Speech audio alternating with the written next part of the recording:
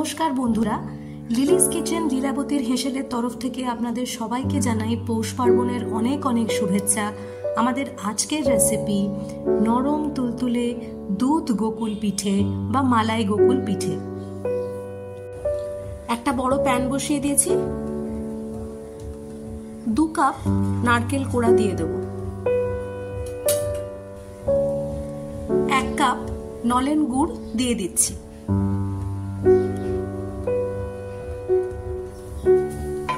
ভালো করে মিশিয়ে নেব। এবারে লো ফ্লেমে নারকেল ভালো করে পাক ধরা অবধি রান্না করব। মিশ্রণটার রং আস্তে আস্তে গাঢ় হচ্ছে।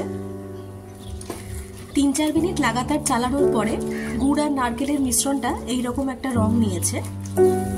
150 গ্রাম খোয়া ক্ষীর বা মাওয়া আমি দিয়ে দিচ্ছি।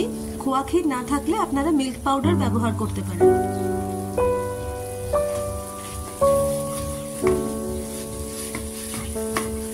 গুড় আর নারকেলের সাথে খোয়া ক্ষীরটা ভালো করে মিশিয়ে নিয়েছি। এই পর্যায়ে আমাদের কিন্তু বারবার করে খুন্তি দিয়ে এইভাবে চালিয়ে যেতে হবে মিশ্রণটা, না হলে পুড়ে যাওয়ার ভয় থাকবে। গুড়, নারকেল আর খোয়া ক্ষীরের মিশ্রণটা যখন এইভাবে কড়াই ছেড়ে উঠে আসবে তখন বুঝতে পারবেন যে মিশ্রণটা একদম প্রস্তুত। মিশ্রণটা ঠান্ডা হয়ে গেছে, আমি হাতে সামান্য ঘি মাখিয়ে নিয়েছি। এবার এরকম ছোট ছোট প্যাড়া আমাদের গড়ে নিতে হবে এই মিশ্রণটা থেকে।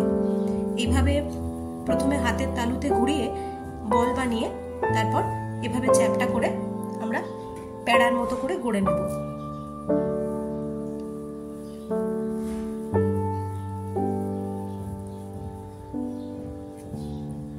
এইরকম ভাবে আমরা সব পিঠেগুলো এইভাবে গড়ে নিয়েছি।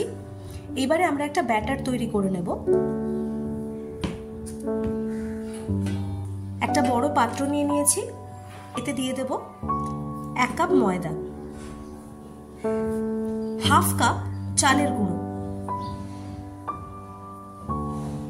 অল্প অল্প করে জল দেব, একটা ব্যাটার তৈরি করব।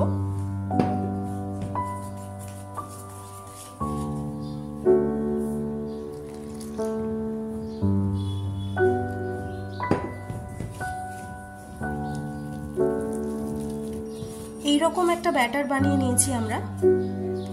দেখতেই পাচ্ছেন খুব একটা বেশি ঘনও নয় আবার খুব পাতলাও নয়। আমরা ডিপ ফ্রাইং এর জন্য তেল গরম করে নিয়েছি। একটা একটা পিঠে এইভাবে ব্যাটারের মধ্যে দিয়ে ভালো করে কোট করে নেব।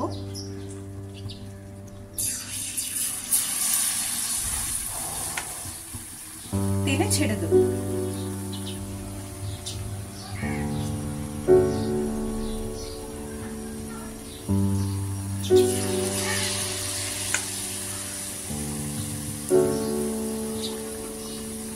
খুব বেশি লাল লাল করে ভাজার প্রয়োজন নেই, তাহলে পিঠে শক্ত হয়ে যাবে। এইভাবে যখন 2 পিঠ ভালো করে সিল হয়ে যাবে, ব্যাটারটাও ভাজা হয়ে যাবে, তখনই আমরা পিঠে তুলে নেব।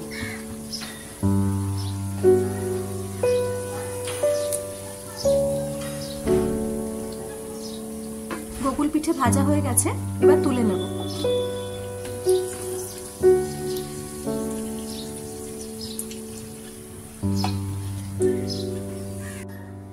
সব পিঠে আমরা এইভাবে ভেজে তুলে নিয়েছি। এবার আমরা গোকুল পিঠের মালাইটা তৈরি করব। 1 লিটার দুধ আমি জাল দিয়ে ঘন করে নিয়েছি। এখন ওই 750 মিলিলিটার মতো দুধ রয়েছে। 1 কাপ নলেন গুড় আমি এই দুধের মধ্যে দিয়ে দেব।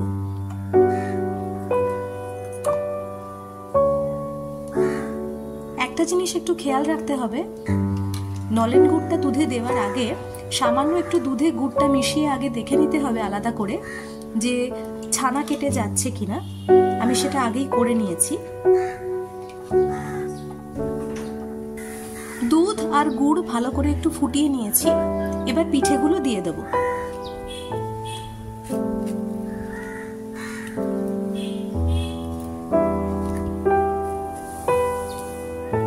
সব পিঠে আমরা দুধের মধ্যে দিয়ে দিয়েছি। এবার ভালো করে এই দুধের মধ্যে গোকুল পিঠেগুলো আমরা ফুটিয়ে নেব। 3-4 মিনিট হয়ে গেছে। আমরা গোকুল পিঠেগুলো এইভাবে দুধের মধ্যে ফুটিয়ে নিয়েছি। এই পর্যায়ে এই দুধটাকে মালাই বা ক্ষীরে পরিণত করার জন্য 1 টেবিল স্পুন চালের গুঁড়ো বা চালের আটা মিশিয়ে দেব।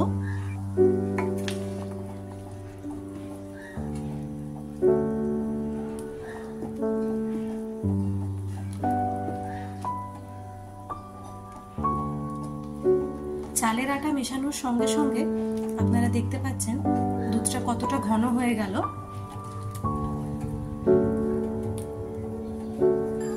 আমাদের গোকুল পিঠে কিন্তু একদম রেডি। এবারে আমরা এটাকে সার্ভ করব। দুধ গোকুল পিঠে একদম রেডি। আমরা এটা সুন্দর করে সার্ভ করে নিয়েছি। আবারও জানাই আপনাদের সবাইকে পৌষ পার্বণের অনেক অনেক শুভেচ্ছা। খুব সহজে কিভাবে এই দুর্দান্ত স্বাদের রান্নাটি আপনারা বানিয়ে নিতে পারেন সেই পদ্ধতি আপনাদের সাথে শেয়ার করলাম। যদি ভিডিওটি ভালো লেগে থাকে তাহলে অবশ্যই লাইক আর শেয়ার করে দেবেন, আর লিলিস কিচেন লীলাবতীর হেসেল ইউটিউব চ্যানেলটি সাবস্ক্রাইব করে দেবেন। আজকের মতো এইটুকুই। আবার দেখা হবে অন্য কোনো রেসিপি নিয়ে। ভালো থাকবেন।